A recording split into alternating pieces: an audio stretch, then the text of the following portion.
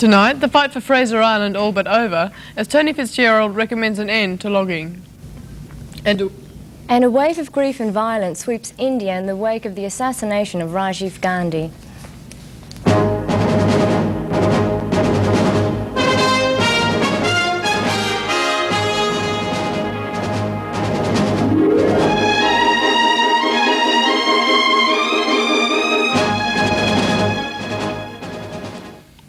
Good evening and welcome to TV and Radio Academy News.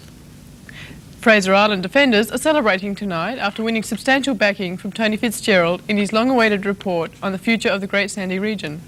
However, the timber industry says a key recommendation to stop logging by the end of the year will cost hundreds of jobs. The very bulky $2 million report contains 76 recommendations on the island's future and a further 18 on how to deal with disputes such as Fraser Island.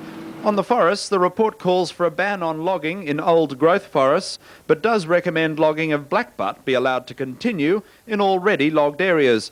But the government will even ban limited logging because it says it's not financially viable. Fraser Island is included in the 800,000 hectare Great Sandy region, stretching from Noosa to Bundaberg. The Commission recommends the entire region be nominated for World Heritage listing.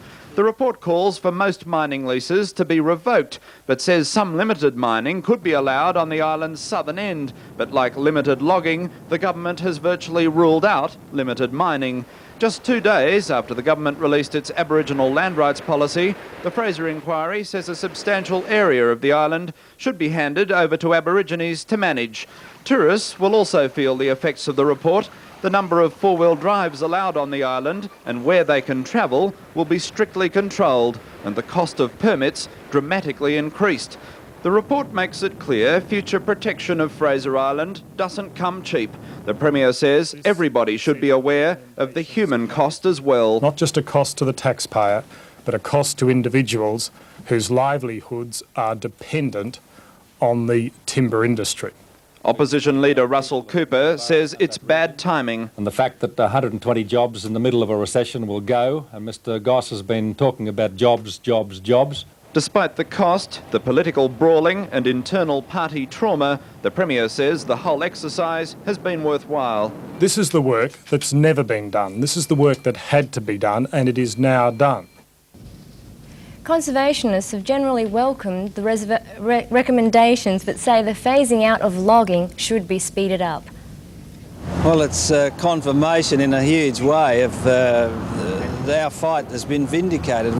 Though pleased with the Fitzgerald report, combined Greenie forces today restrained their delight, mindful of the plight of loggers and their families.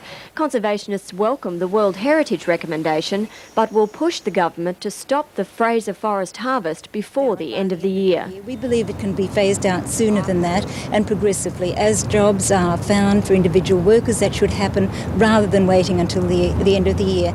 Aboriginal groups are happy with report proposals to give the island's Budgela tribe some management rights, but it's not enough. That Aboriginal people must be given absolute Aboriginal ownership over the Fraser Island. The 20-year battle for Fraser Island has been a bitter one, from a win over sand mining in the 70s to last year's clashes with police and loggers on Fraser. Greenies have maintained their push to protect the island. Come on, you're ripping me skin there, mate. You're ripping this first layer off, mate. You are. But the defence of Fraser doesn't stop with today's report. The file is never closed. It's always eternal vigilance. I think that this is a very major step forward. John Sinclair, the man who fought Joe Bjelke-Petersen in court and suffered exile for Fraser Island, sees the Fitzgerald findings as a personal victory. Well, I feel vindicated. It's been a long and a very exhausting campaign. It's really exhausted me, and I must say that I'd hope that this is the end of it. India is under nationwide security alert tonight in an attempt to quell the wave of political violence expected to follow the assassination of former Prime Minister Rajiv Gandhi. The 46-year-old Congress party leader and 17 others were blasted to death by a massive bomb hidden in a basket of flowers at a political rally in the country south. Outside Rajiv Gandhi's home today, the news of his death spread swiftly. There was anguish and anger over the assassination of the former Prime Minister. His supporters attacked the car of India's president as it arrived at the Gandhi home. The killing brought a tragic end to the dynasty that had ruled India virtually since independence in 1947. Heavily armed troops were moved into the capital in anticipation of widespread rioting. Just hours ago, Gandhi's remains were flown back to New Delhi, where government officials, military chieftains and party supporters were gathered. They were accompanied by his wife Sonia. Occasionally she would reach out for support, but otherwise reacted automatically, seemingly shocked beyond emotion. Gandhi, 46 years old, was in the last stages of a vigorous campaign to return as India's Prime Minister. He discarded his usual strict security, allowing huge crowds to mob him. He was taking a risk, but the south of the country had been relatively trouble-free. Gandhi had just arrived for a rally south of Madras when the bomb went off, a blast so close and strong it decapitated the former Prime Minister and killed all those around him. World leaders reacted with deep regret. He was a very brave man. He was a man of very rare quality. It's a sad thing for this young man to have lost his life in this way. It's a tragedy. These elections have been the deadliest in India's history. Already 200 people have died in riots, sectarian clashes and confrontations with police.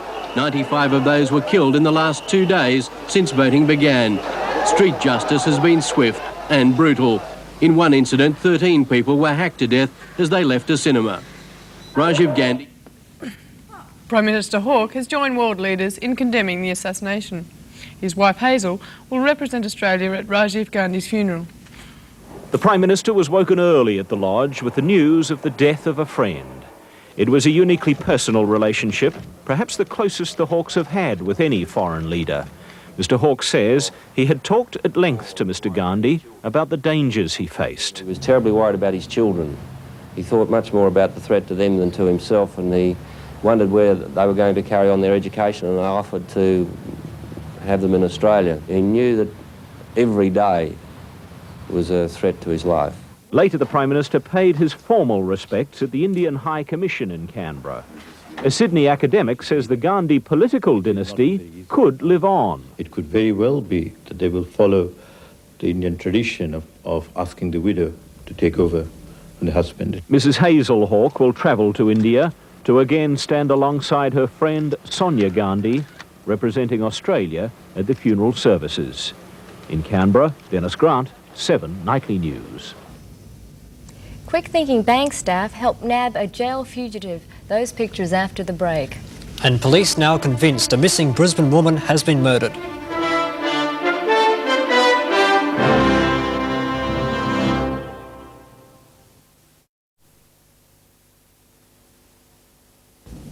Welcome back to TV and Radio Academy News. Police are now convinced a Brisbane woman who vanished early on Monday has been murdered. Detectives say that they are positive Cynthia K. Verdich has met with foul play despite not finding any trace of her body at this stage. Cynthia's de facto Jeffter Jackson this morning acted out where he'd last seen the 41-year-old getting into an unfamiliar vehicle at 6 a.m. Monday. He says he has no idea who was driving. And then she came out the door with my Grace Brothers overnight bag with her. She ran into the car, got in the car and drove off.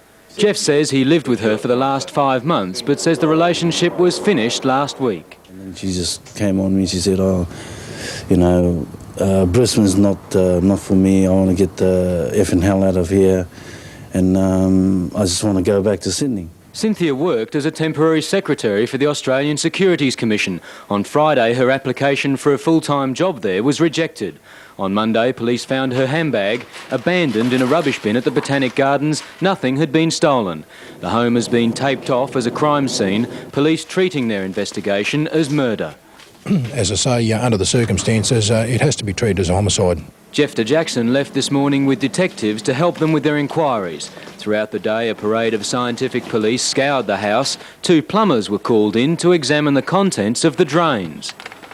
Finding the body of Cynthia Verdich is the major priority of police at this stage, and they want to talk to anybody who may have seen anything suspicious on Sunday night. This afternoon, that search intensified. Around 50 police poured over the Zilmere dump, searching through tons of rubbish. They vowed to search every piece of public land until they find the body. They're also looking for the driver of a silver Nissan Pulsar. Anyone with information is asked to call Crime Stoppers on 364 6464. Chris Reason, 7 Nightly News. Quick thinking by bank staff has led to the arrest of a young jail escapee on the Gold Coast. Police swooped when staff at the Westpac branch in Surfers Paradise recognised 23-year-old Brett Haywood as he tried to make a withdrawal. Haywood surrendered without a struggle after police surrounded the Cavill Avenue Bank. He'll go back to Wakehill Jail to complete an 18-month sentence after facing court charged with escaping. Police say they put some major drug dealers out of business today when they wrapped up an 8-month undercover operation on the Sunshine Coast. 44 were arrested on 195 drug charges. In Operation Sun Surf, 2 undercover police have been buying up dangerous drugs on the Sunshine Coast since last September. 126 police from all over southeast Queensland swooped on the coast early today, picking up what they describe as major operators. It makes the people who deal be very choosy who they deal with, and it stops their flow of new customers coming in. Police say the biggest shock was how freely available drugs like heroin, LSD, amphetamines and cocaine are in regional areas all over Queensland. In the raids on dozens of private homes from Noosa south to Deception Bay, these were amongst their haul. Ecstasy tablets manufactured down south going for about $40 each. Amphetamine or speed, this half-ounce pack changed hands for $1,500. And LSD tablets making a comeback from the 60s at $25 to $30 each. Linda Scott on the Sunshine Coast, 7 Nightly News. A move by the National Party organisation to gag a public row over new electoral boundaries has backfired. National parliamentarians reacted angrily to what they felt was a provocative letter from their party president. In the National Party meeting this morning, it was smiles all round as recently elected Mike Horan was introduced. His win in Toowoomba South probably helped Mr Cooper's leadership. But it was soon down to what politicians call frank discussions over the national submission on electoral boundaries and what was seen as favoured treatment for Russell Cooper at others' expense. And the tension wasn't helped by a letter from party president Don McDonald. Mr McDonald's letter referred dissenters to the party's constitution, which does have a well-known expulsion clause. There was also a warning about airing grievances in the media. Outspoken National Neville Harper had this barbed reaction. And I don't believe that anything that Mr McDonald may have written could be classed as standing over the parliamentary party. That would be illegal anyhow, as you would know. It's a crime to do that. Well, I wouldn't know if it has fueled the fire, you see. Mr Cooper said he was well aware of the anger in the room, but he had also called on his colleagues to keep complaints behind closed doors. Well, I don't believe that that letter did influence people. Veterinary students at Queensland University are urging people who stumble across sick native animals to rush them to their new fauna ward. Built as part of a $1 million redevelopment program, it's already housing 5 patients, but there's room for plenty more. This carpet snake is the animal hospital's most recent guest, found dying on a Brisbane road last Monday. It was rushed to Queensland University's new fauna section for an emergency operation.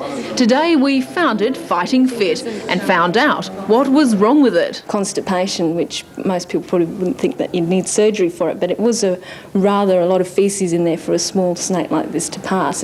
Vet students in the special fauna ward are anxious to nurse any wild animal back to good health. Already in their care are 2 microbe bats, a brush-tailed possum and a tiny swamp wallaby found injured in a hit and run. We've never been faced with a bird or a kangaroo or a wallaby, then we won't know how to treat it, so this is part of our training. For the university, this is a milestone. It took 6 years to raise $750,000 for the new hospital. Students are now appealing to the public for $500,000 more. I just think that you should dig deep because it's a way that you can help our wildlife. A staggering 6,000 animals are treated here each year. Students are on call 24 hours a day. Lexi Hamilton-Smith, 7 Nightly News. That's all in news. Over to Mark for sport. Coming up in sport, the Maroons' new Origin star passed fit for the second battle, and the Southerners snare more of Queensland's winter racing riches. In front of Magnolia Hall. Cool Predators running on gamely at the end. Donegal.